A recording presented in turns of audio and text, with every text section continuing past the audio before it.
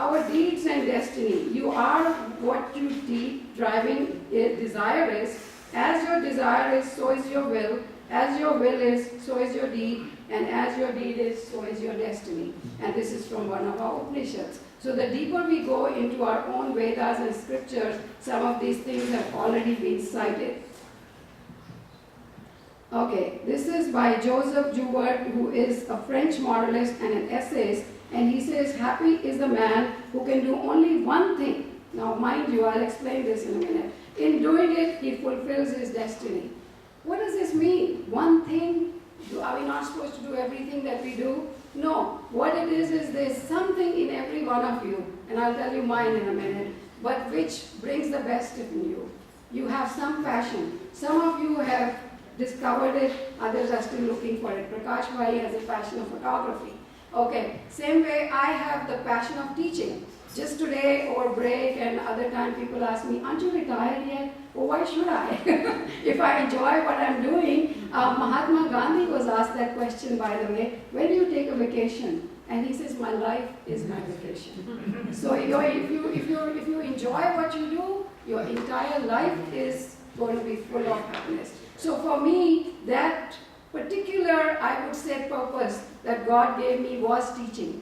And my students, of course, validated by giving me all these recognitions. But even if they didn't, I have this pat on my back sometime when I go to work. Somebody will say, oh, you're my favorite teacher. Well, it kind of makes you just feel that you're doing what you're supposed to do. And through that, cannot you serve God? Cannot you discover the purpose of God, your life? Yes, Krishna's 12th chapter, devotion, Bhakti Marg, which he has discussed in 20 shlokas. And our Guruji used to make us recite. Every time we met him, we didn't greet him. He said, Saroj Saroj, shuru karo Gita ka chapter. Sab recite karte the ikkathe. All of us used to recite it. What is the ultimate message of that chapter? I finally figured it out. Do whatever you do with full devotion, grace, and do it as an offering to me. And then you are the most dear person to me. That's what Krishna said. So I started to look upon my job as service. I serve every person that comes into my life there, whether it's a housekeeping staff or someone else. Sometimes people will ask me, we are doing a lunch break, can you come and speak to us? I say, yes, I will. So just that's my service, is giving my knowledge. And in that one thing, if I can fulfill my destiny, I'm fine. And that's what this particular one by Joseph means. Next is thoughts and destiny.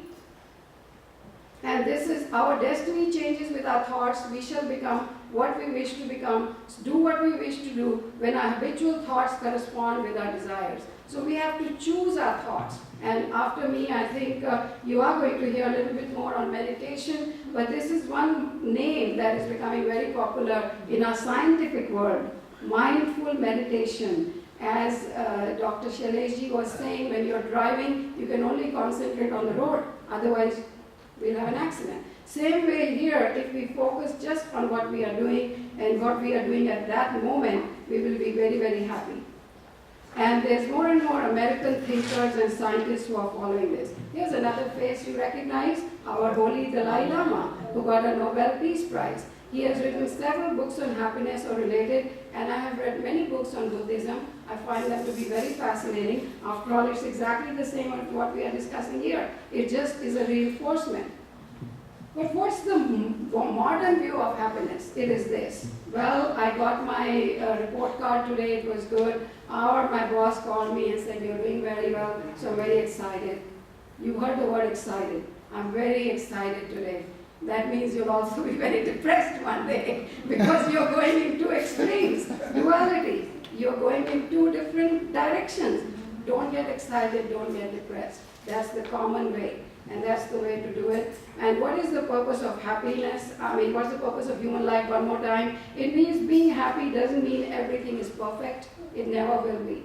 I know me and my husband, we talk about several things sometimes. If this happens, then we'll be very good.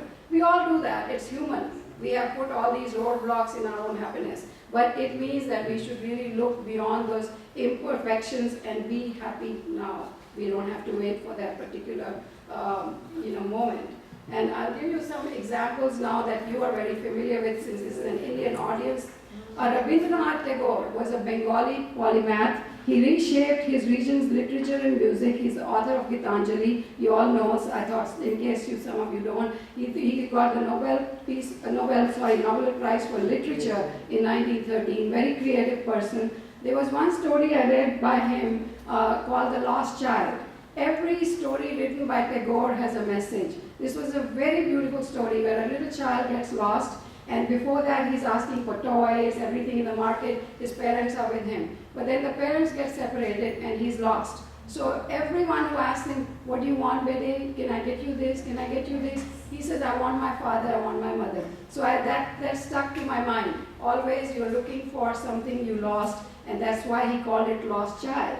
And he always had a message. If you thought about it, there was a deeper message. It wasn't just a story. And did you know that Rabindranath Tagore's life personally was very tragic?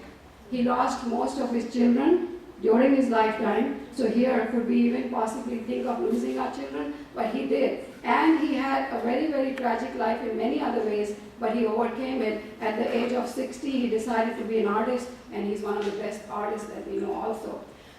So this is another quote by him, which is, I'm almost coming to the end. Clouds come floating into my life, no longer to carry rain or usher storm, but to add color to my sunset sky. So he saw life's changes as clouds that were actually making his life more beautiful. What would this picture be without clouds?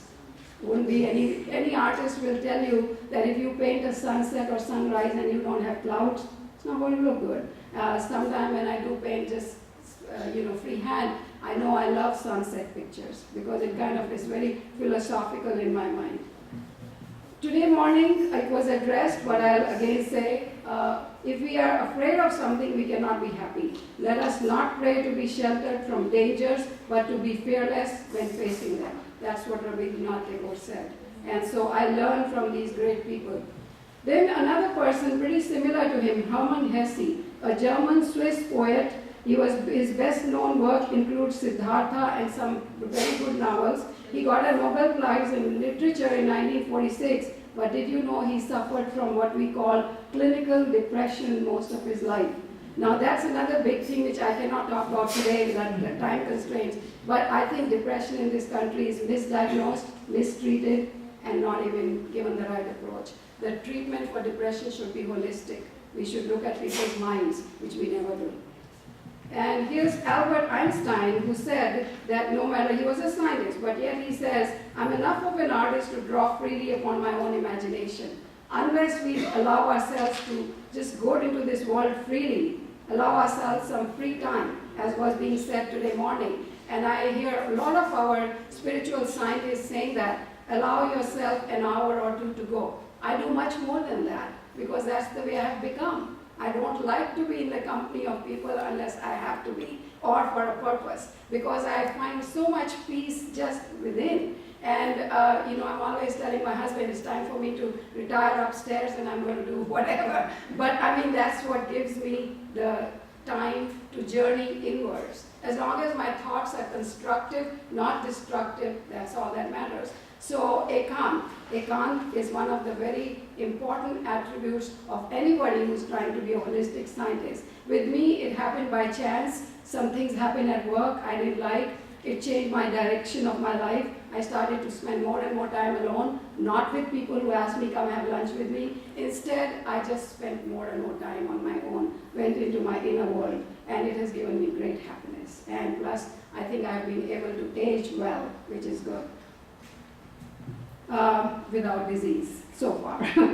Are creativity and happiness linked? Yes, definitely. People who doodle, draw, and some of you probably do know, I like to paint and all that, and it was also came out of my solitude by saying I'm going to express myself in this way, whether it's painting my Lord Krishna or Rama or whatever, and those are the ones I mostly paint, Shiv.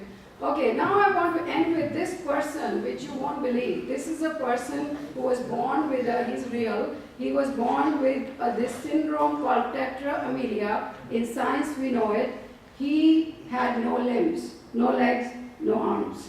And all his life, he has spent like that. But instead of feeling sorry for himself, he founded an organization called Life Without Limbs, And also, he has written books called Life Without Limits. Highly motivational speaker. If you kind of put his name in the Google or Wikipedia, you learn a lot about him, but also it will lead you to a site where you can actually hear him. So what is happiness? Finally, I come to the end. Is it a choice, lifestyle, or our destiny? I'll let you decide now, based on what you have received here today. Here's one face you all recognize, Bapu Gandhi. I think a very priya name, बहुत प्रिय नाम है हमारे especially Gujarat में, and someone we all look up to, but the whole world looks up to him. And what did he say? He says happiness is what you think, what you say, and what you do are in harmony.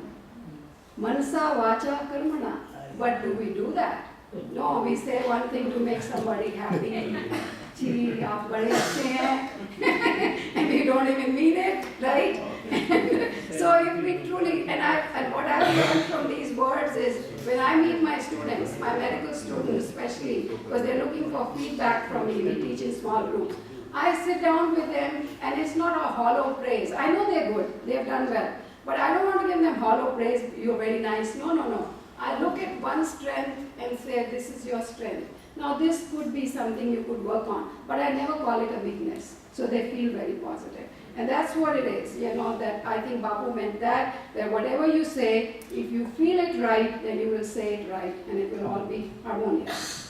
So you can be happy now, you can be happy this second, it's really up to you. You make the decision this minute, you will be, but you get out of this seminar and you say, this is bothering me, you won't be. So I want to introduce you to something at the end, so you remember what I gave you in this talk. Did you know there were groups that are called laughing yoga, laughing social clubs? You type in social clubs laughter in Google, and it will lead you to a club in your neighborhood where you can go and even laugh fake. Go laugh, even if you're not, it's much better than crying, right? It certainly beats crying. So if you can laugh it out, what happens? Why I'm telling you it's not foolish talk, but I'm telling you because the body then doesn't know the difference between real laughter and fake laughter. It creates a hormone called endorphin. It's the same hormone that is created by drawing, painting, exercise, eating food. You feel good, you look at this chocolate, wow, I need it, endorphins. So everything is being determined by our endorphins. So if we release those endorphins, even in a fake manner, the body will say, let's make it a habit. So you laugh like that every day. I see friends at my home, when I go, we have a home in India, and when I walk there, I walk in the park, and I find some of these older people, the men especially, not so many women, I see they're busy working at home, but the men stand out there and they just laugh together. Yeah. And I see them that at the end of their section, they're doing this and laughing. I almost feel like joining them and laughing. So you laugh too. That's the way to start your happiness. Thank you.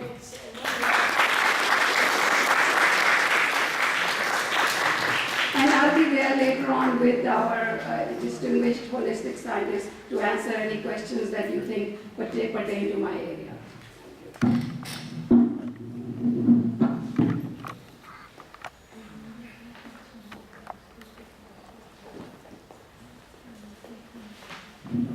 Thank you, Dr. Bahal. Let's give her another round of applause.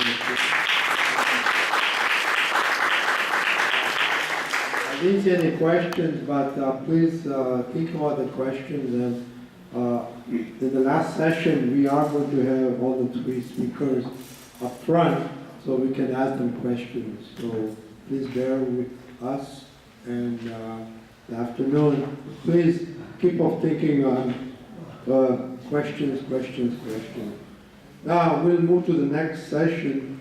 It's a pretty much open session. So,